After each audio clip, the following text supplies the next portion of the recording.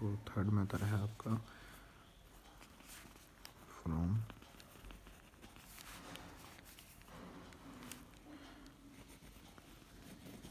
Acid halides और anhydride. ठीक है। एसिड हैलाइड्स का तो सीधा सीधा है, ये है कि कोई भी एसिड हैलाइड्स ले लो, कोई भी एसिड हैलाइड्स में मतलब कि कुछ भी ले सकते हैं। जैसे कि हमने एसिल क्लोराइड ले लिया, इसमें एसिल क्लोराइड और उसका सीधे सीधे हाइड्रोलाइज करा दें, हाइड्रोलिसिस करा दें, तो हमें कार्बोक्सिलिक एसिड डायरेक्ट मिल जाएगा। लेकिन अगर इसी एसिल क्लोराइड को हम रिएक्शन कराएं किसी भी एक्वस बेस के साथ, एक्वस बेस बोले तो जैसे OH नेगेटिव हो गया और H प्लस हो गया, एक्वस बेस के साथ कराएं तो वो सबसे पहले कार्बोक्सिलेट आयन बनाएगा। मतलब कि कार्बोक्सिलेट, ये पॉजिटिव नेगेटिव चार्ज आ गए ना, तो वो सबसे पहले कार्बोक्सिलेट बना देगा। और फिर जब कार्बोक्सिलेट आयन्स बना लेगा तो इसकी जब एसिडिफिकेशन करेंगे, मतलब कि H3O पॉजिटिव, तो ये हमें कार्बोक्सिलिक एसिड बना के दे देगा। मतलब कहने का मतलब ये है कि एसिल हैलाइड्स और एनहाइड्राइड में, अगर एसिल हैलाइड्स है, जैसे कि एसिल हैलाइड्स का एग्जांपल एसिल क्लोराइड ले लिया, अगर उसका सीधा हाइड्रोलाइसिस कर देते हैं तो डायरेक्ट कार्बोक्सिलिक एसिड मिल जाएगा। और अगर उसको हम एक्वस बेस की प्रेजेंस में रखते हैं तो हमें सबसे पहले कार्बोक्सिलेट मिलेगा। और फिर उसके बाद अगर हम उसकी एसिडिफिकेशन कर देते हैं, मतलब कि H3O प्लस के प्रेजेंट में कर देते हैं, तो फिर कार्बोक्सिलिक एसिड मिल जाएगा, कार्बोक्सिलिक एसिड। ठीक है। तो ऐसे यहाँ पर एग्जांपल देख लेंगे, जैसे कि ये ले लिया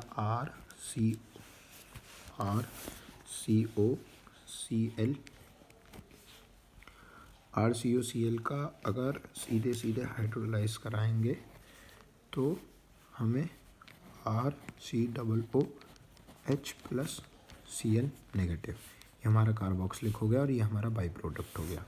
और इसी को अगर हम aqueous base H plus OH negative से कराएंगे तो ये सबसे पहले कार्बोक्सिलेट आयन बनाएगा, तो RCOO नेगेटिव, ये जो नेगेटिव चार्ज है इस पे चला जाएगा प्लस Cl, और फिर इसकी हम एसिडिफिकेशन करा देंगे H3O प्लस, तो हमें सीधे सीधे कार्बोक्सिलिक एसिड दे देगा COOH R में। ठीक है। अब ये हो गई हमारी, बाई प्रोडक्ट लिखना चाहें लिख सकते हैं, वरना कोई दिक्कत नहीं है। अब आ जाओ in case of anhydride. Anhydride का सीन बहुत सिंपल है, सीधे सीधे हाइड्रोलाइसिस करा दो, सीधे सीधे हाइड्रोलाइसिस करा दो, हमें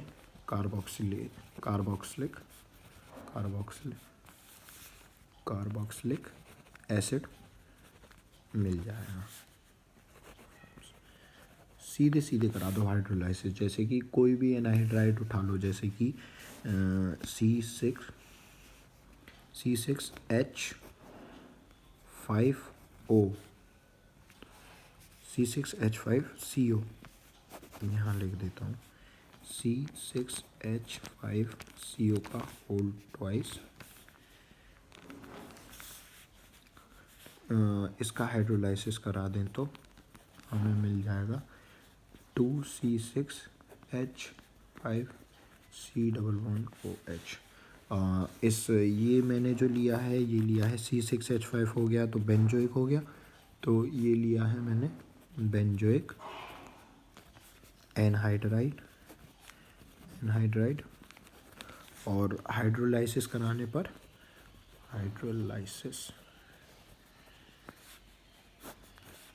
पर ये कार्बोक्सिलिक एसिड बन गया, जिसे बोलेंगे हम बेंजोइक एसिड।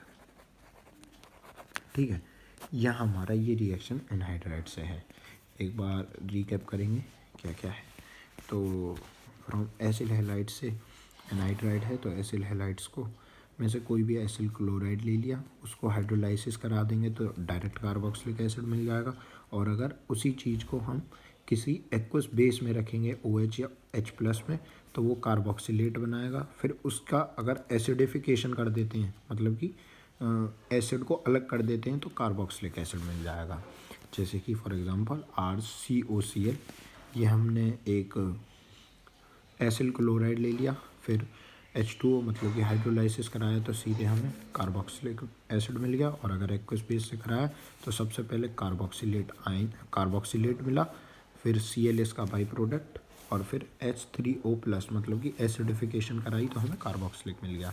फिर इन केस ऑफ एनहाइड्राइड, उसे मतलब कि कोई भी एनहाइड्राइड हो और सीधे हाइड्रोलाइसिस करा दो, सीधे कार्बोक्सिलिक मिलेगा डायरेक्ट। जैसे कि ये ले लिया बेंजोइक एनहाइड्राइड ले लिया, C6H5CO, H2O 2C6H5COOH आ गया बेंजोइक एसिड।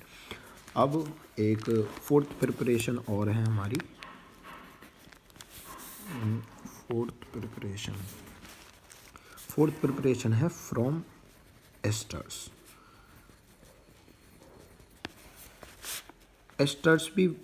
एस्टर्स भी वही हैं कि इनकी भी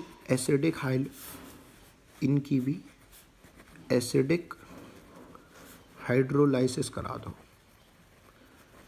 कहने का मतलब ये है कि इनका भी एसिडिफिकेशन करा दें, तो ये भी हमें डायरेक्ट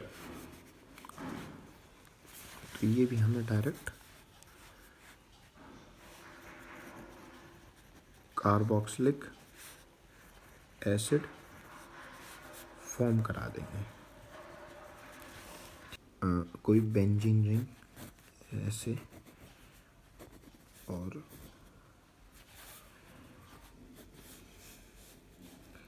COO C2H5, इसे बोलते हैं इथाइल बेंजोएट।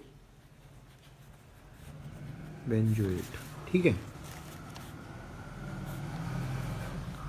एसिडिफिकेशन H3O+, ये बना देगा ये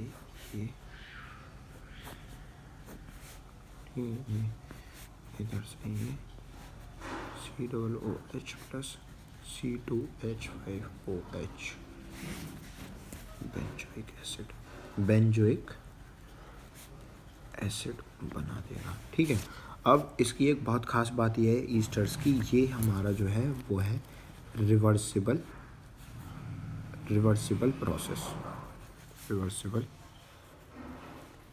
प्रोसेस।